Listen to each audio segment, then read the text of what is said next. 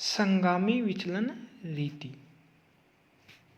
इस रीति का प्रयोग तब किया जाता है जब हम ये देखना चाहते हैं कि दो चर एक ही दिशा में गतिमान है या विपरीत दिशा में।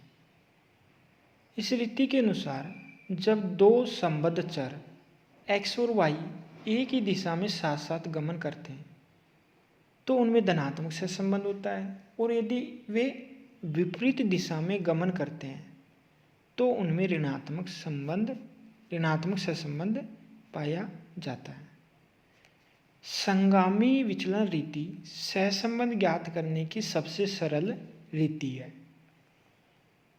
इस रीति में प्रत्येक मूल्य की उससे पिछले मूल्य से तुलना की जाती है, अतः इससे अल्पकालीन उच्चावचनों में सहसंबंध ज्ञात हो जाता है, परंतु विचलनों की दिशा प्लस या माइनस को ही ध्यान में रखा जाता है, उनके आकार की गणना नहीं की जाती। जैसे यहाँ पर मूल्य है 80 और अगला मूल्य है 90, तो हम जो 90 है उसकी तुलना करेंगे 80 से। यहाँ पर 90 80 से अधिक है, इसलिए यहाँ पर हम प्लस का चिन्ह लगाएंगे, यानी जो विचलन चिन्ह होगा वो प्लस का होगा। और जैसे मान लो अगला मूल्य है वो 70 है, तो हम 70 की तुलना 90 से करेंगे। 70 90 से कम है, इसलिए हम इसके आगे माइनस का चिन्ह लगाएंगे। इस तरह से हम विचलन चिन्ह लिख लेते हैं।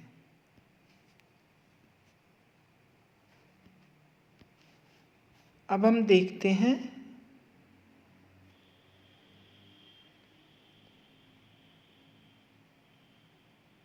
संगामी विचलन रीति के माध्यम से सहसंबंध निकालने की प्रक्रिया। सबसे पहले हम इसमें x और y श्रेणी में अलग अलग प्रत्येक मूल्य की तुलना उससे पिछले मूल्य से की जाती है। यदि मूल्य पिछले मूल्य से अधिक है तो उसका विचलन चिन्ह प्लस होता है, और यदि कम है तो वो माइनस होता है। और यदि दोनों समान होते हैं, जैसे पहला मूल्य 80 है दूसरा भी 80 है, तो यहाँ पर चिन्ह बराबर आएगा। फिर x और y के तत्समवादी विचलन चिन्हों की गुणा करके धनात्मक गुणनफलों को गिन लिया जाएगा। ये संगामी विचलनों की संख्या होती है। फिर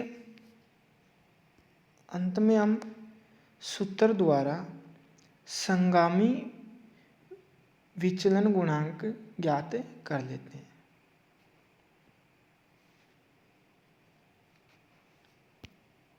यहाँ पर इसका फॉर्मूला दे रखा है RC = plus minus √ plus minus 2C-1/n bracket.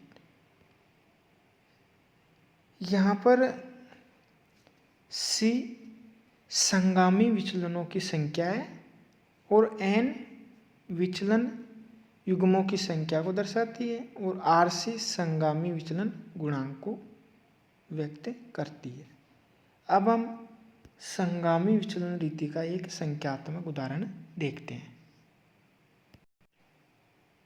यहाँ पर ये एग्जाम्पल दे रखा है, जैसे निम्न समंकों से संगामी विचलन रीति द्वारा सहसंबंध गुणांक परिकलित कीजिए।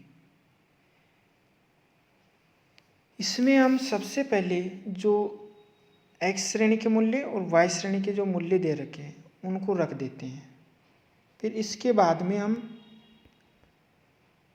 विचलन चिन्ह ज्ञात करते हैं। जैसे यहाँ पर x श्रेणी का मूल्य हमने रख दिया यहाँ पे ये इस प्रकार से, और इधर y श्रेणी के मूल्य रख दिए। सबसे पहले हम विचलन चिन्ह ज्ञात करेंगे।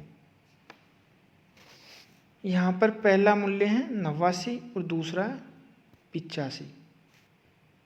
85 89 से कम है, इसलिए हमने माइनस का चिन्ह लगा दिया। फिर 98 85 से अधिक है, यहाँ पर हमने प्लस का चिन्ह लगा दिया।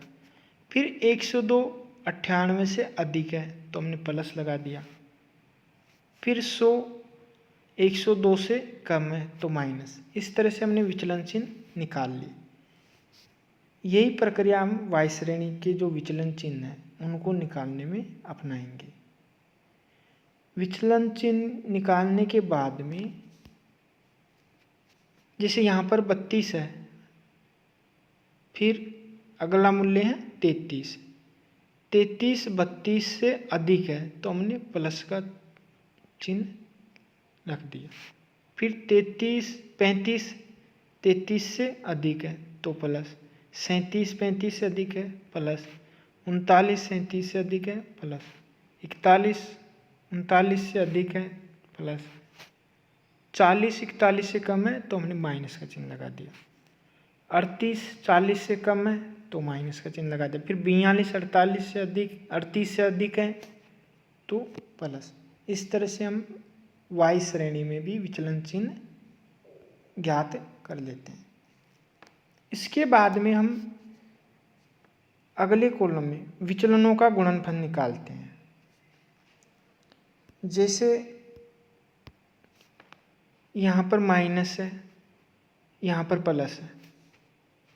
माइनस इंटू प्लस करने पर माइनस आता है, तो हमने माइनस वाले जो चिन्ह हैं उनको माइनस वाले कॉलम में रख देंगे और जो प्लस वाले चिन्ह आते हैं उनको प्लस वाले कॉलम में लिख देंगे।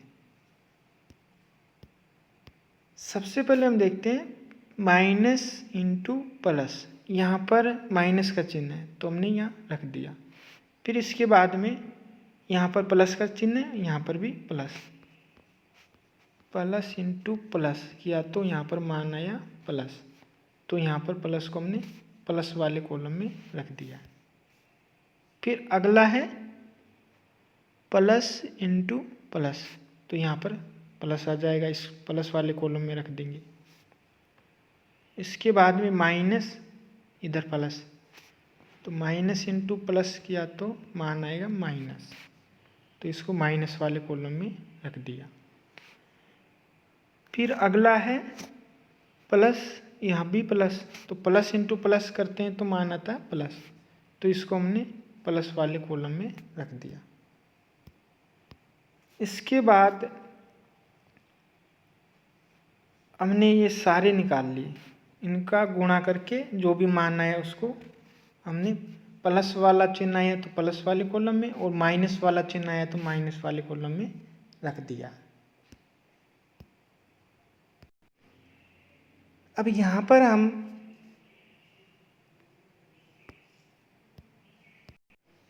संगामी विचलनों की संख्या ज्ञात करेंगे, जो कि C होता है। ये C यहाँ पर संगामी विचलनों की संख्या को दर्शाता है, विचलनों की संख्या को बताता है।